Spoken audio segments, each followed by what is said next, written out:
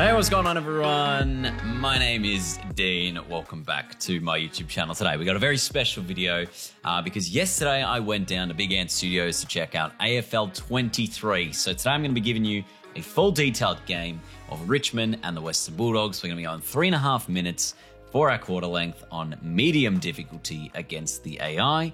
Hopefully that gives you a bit of insight into how the game's going to play on that sort of a difficulty. And this is legitimately my first game on this version of the build. And you can also see the team lineups here. Your interchange and reserves go down if you continue scrolling down.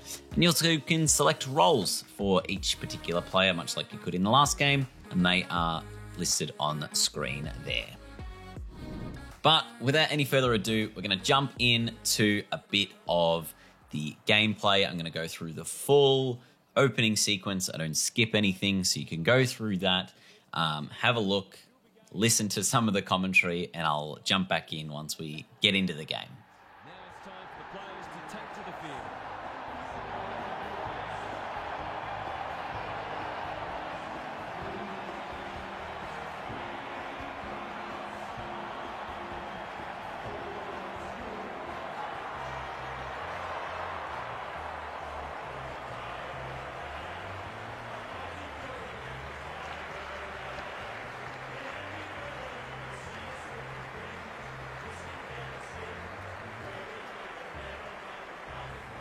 So I'm sure the first thing you would have noticed is that every single player has got a full head model, hair, likeness, everything involved, which is so good to see. Obviously, it goes in tandem with both the AFL and the AFLW. So every single player that he's going to play a game this season, I am guessing the mid-season draftees that will come in as well, will have their full likeness modeled in the game, which is really good. And I think it's underestimated how that actually impacts your playing it. Because if you're playing with someone who might have played, in the seconds team for a number of weeks, finally getting to have them in the real team in your career mode, for example, you actually get to see their real head and how they look, and it's going to look great. And I think that is actually an underrated feature of this game, especially some of these close-up shots. You can really see how good they are looking. So we're about to kick off here, opening bounce.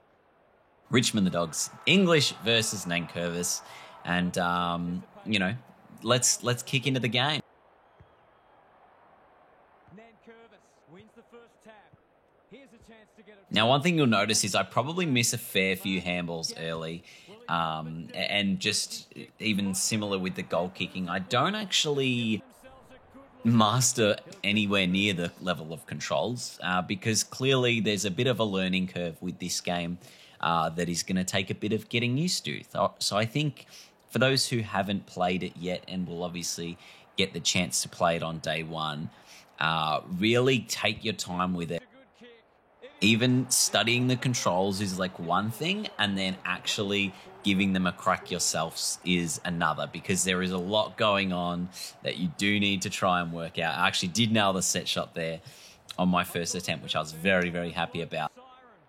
But it is tricky, and I think as we go further into this sort of gameplay breakdown and build, you're going to see more of, you're going to see me progress and actually learn more. There's parts of this where I actually try thinking about the old controls and I stop spoiling and I do some really dumb things. But other than that, there's a lot of it that actually is done really, really well. And because there are so many advanced controls, it is going to take a bit of a learning curve to actually get the hang of some of that. And the AI actually string together a lot of really good plays much better than I do. And I think that is sort of the standing point for when you're going to see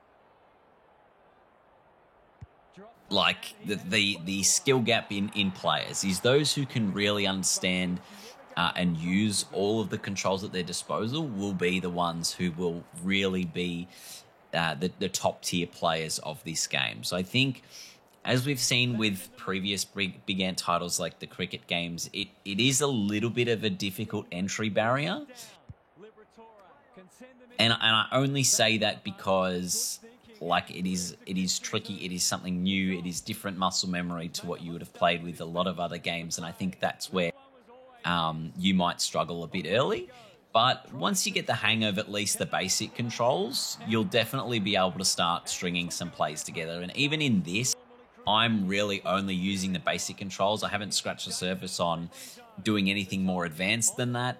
So that's really where I'm at this point in the game. And so you'll see that through the first half mostly of me trying to work out what I should be doing.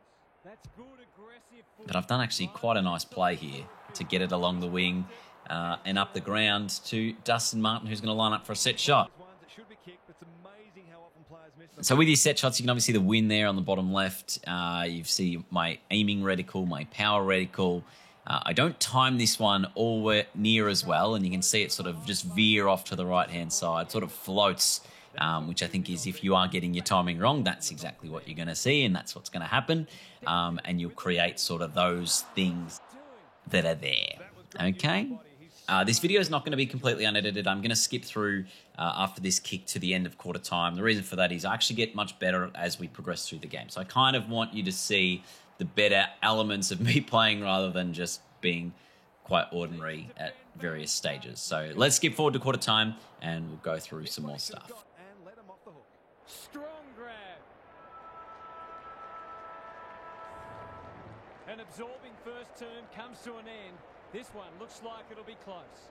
Gary Lyon is with us. What do you make of this one, Gaz? All signs are pointing to this being a close match all day. Neither side has been able to assert any dominance in clearance or inside 50s. It's obviously close on the scoreboard. So you can see, obviously, Gary Lyon comes in there at the end of the quarter breaks. He sort of does a little bit of a stats breakdown. And I was actually talking to the guys about this when I was there at Big End, and they were talking about how they did take some inspiration from, I guess, what I did on the previous game with the commentary, where sort of the second callers don't actually call the game. They are real special comments type operators. I just want to slow this ruck contest down. So watch Adam Treloar. Obviously, it's really choppy because it's in like super duper slow-mo and I'm losing a lot of frames here. And the speed he actually releases this handball. Now, that's something you'll see the AI do a lot. Well, not a lot, but like at least they do it much better than what a user would do it who's only playing the game for the first time. So I think that's where you're going to see the difference in skill gap, where people who can really master the controls are going to release quick handballs, release kicks through tackles, and they're going to be the ones who take full advantage of the more advanced controls in the game. Also, I'm sure at this point there's going to be probably a lot of you wondering like the positions of players on the ground, what they're doing. When you're playing for the first time, you are not really worried about any of that. So it's probably really difficult for me to tell you, hey, this guy should have been in this spot. Because when you're just playing the first time, you really are trying to figure out the controls and work out where you should be, what you should be doing, and how you move along with all of that. You can see their belief growing. Nankervis wins it out of the center. Hopper absorbing. So like here you can see I start to chain a few handballs together and I turn it over. So that is like an example of having some skill at the game, but not having an elite skill. Because I feel like once you've learned that a bit better, you can judge things a bit smarter. You're really starting to work out, okay, this is the way I'm overlapping with handball and everyone's running forward. But as you can see right here, I've got a nice little play along the wing. I've gone almost coast to coast from an intercept mark. And then Dusty just standing too far back there allows the Dogs player to run through and intercept. And then they can try to springboard off defense. So I think that's a really good example of a play where you're stringing stuff together really well, and you want to create the moments where it's like, all right, I've got the open man. How can I do it? How can I utilize it? Can I create the outnumber to do enough of that?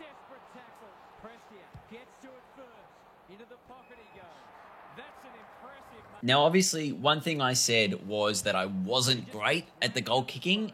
I do get a little bit better as we go along, but I definitely was struggling with my timing a little bit at the start. And I think that's probably natural for a lot of people who, might have some issues with their goal kicking initially. But you'll get the hang of it, I reckon, soon enough. And Jack nails another goal. After missing, I think, 3 in the first quarter or something like that.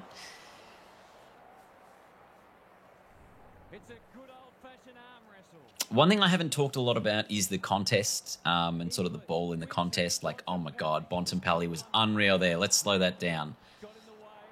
I'll go back to it after this. So this is what I'm talking about with like the absolute quickness of hands. English gets this straight to Bont, and you'll actually see him leave the ground and handball it before he's even back on the ground. That's how quick his handball was then.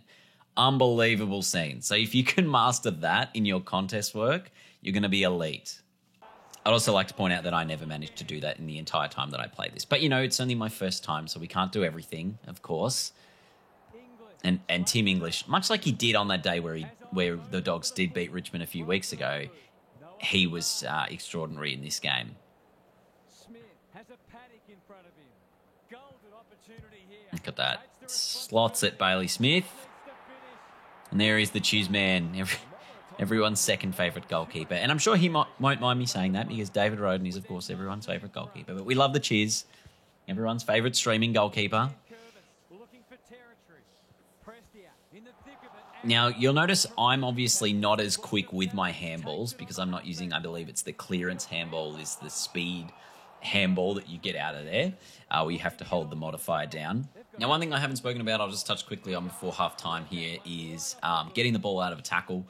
My best method was literally to spam it, like literally spamming the button like that to get it out. Or there is actually a way that you can get your arms up in the tackle, which is pushing the right stick up. It maybe feels a little bit weird to try and do that while you're getting tackled while also trying to spam square because you're using the same thumb. So my method was literally just spam the button to get it out. And that was a terrible goal to concede just before half-time, by the way. Dogs fans up and about just before the break. So I had a pretty decent first quarter. The second term, I feel like I was trying to do almost too much. And that's why I haven't hit the front at the half-time and the Dogs have overtaken me. But let's head down into the rooms because you go down to the rooms at the half-time break. So this is kind of cool as well. It does just add that like little bit of extra things, like being able to see your team in the rooms, being able to see like just the coach on the ground at quarter time. It just keeps giving it more broadcast feel. And that's something that I do really like in the presentation of this game.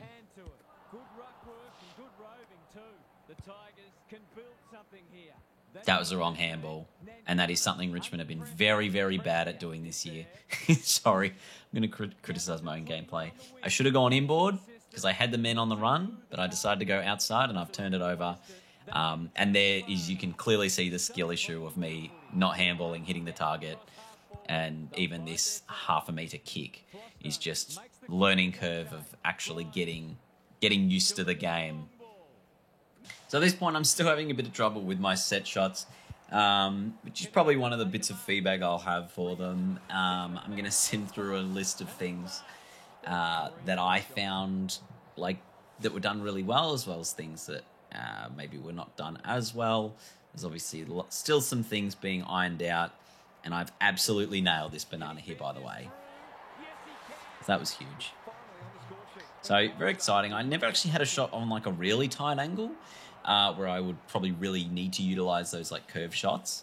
But, you know, when you nail it like that, it's pretty good. And I really like these crowd pans because, you know, you can see the expression actually in the faces of the people and with their body language. There's actually a point, I think, later on where a number of the... Sorry, let's just embrace that over-the-top handball from the Dogs was insane.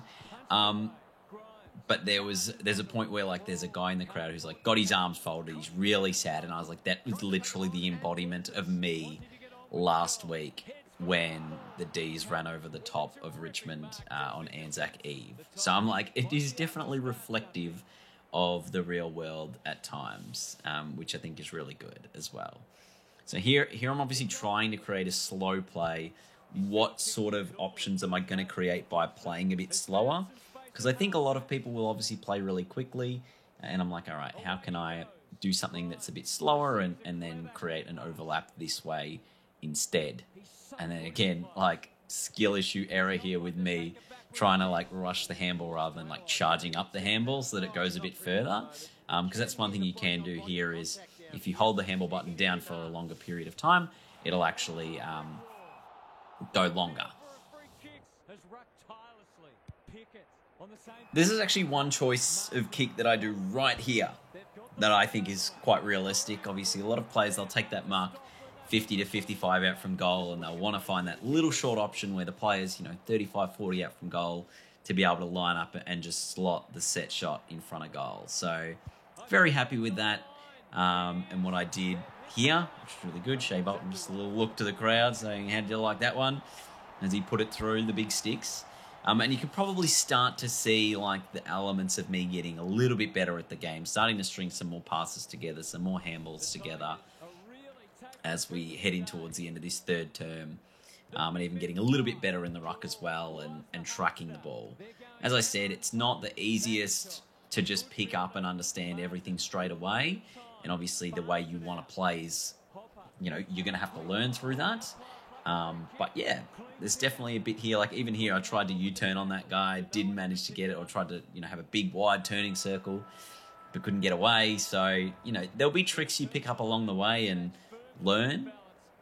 And I think that's where the more advanced controls will definitely separate the players who play basic to the players who play more advanced. All right, so let's have a look here. Last quarter. Pretty close game. 4 points. Can I finish strong? Can the Dogs finish strong? And can I be an elite level player in this final term? The answer no, because I've already missed a handball right there. But I've created the intercept turnover. It was a really silly kick there. Could have been a dump kick down the line perhaps instead. But Noah Cumberland's got to take advantage of the opportunity and finish. What a start. And I know Cumberland is like, a player who's been in and out of Richmond's best 22. He's probably only played like a handful of games, maybe less than 10. And to have him and his, full representation in the game, I think is something that I think we're underestimating how good that is going to be, because you're not going to see these big outliers in the likenesses. Everyone has been treated the same. Obviously, your star players will be treated a little bit better in terms of like if they've got massive tats and things like that. But for the most part, and like 99% of the rest of the competition is going to be looking absolutely elite, and you're going to be able to use everyone to your advantage, and it's so good.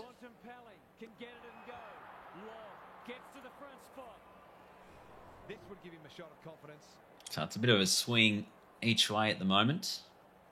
Kick the first, the Dogs have kicked the next. Well, Lob's lining up for the next. Spoiler alert.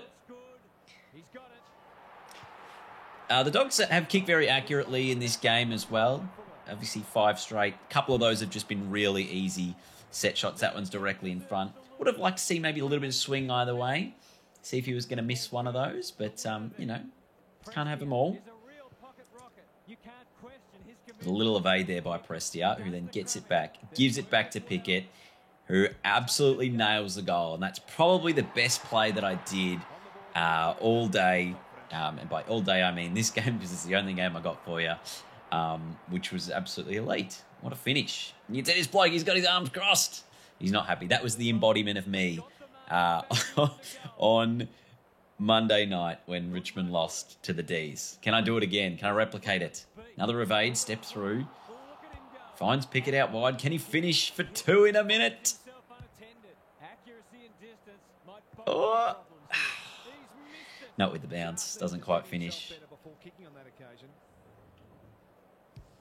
Daniel to bring it back in. They've coughed it up. What a bonus this would be. And again, just that being able to go short inside the 50 to hit another target is something that I think is good. Especially on turnover, that's something you're going to probably utilise a fair bit. Just get yourself a little bit closer to goal. And here I've actually gone the torp. So let's see how Dion Prestia fares with the torpedo. That is a shank. I'll be shocked if that scored. No, it didn't. Okay. There you go.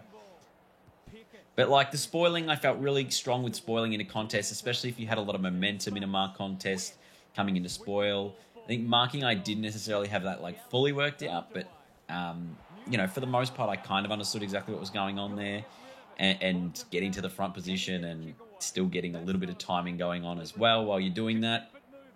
And again, just some slick ball movement by the Dogs here. Allows Jamara to take a mark inside 50. And with 52 seconds on the clock, this can close it within a goal. So Jamara puts it through. We've got 44 seconds on the clock. A goal the difference, or less than a goal the difference. The Dogs can steal it. Can the Tigers hold on? In this instance, I would love to actually see some specific tactics for trying to save the game versus trying to win the game.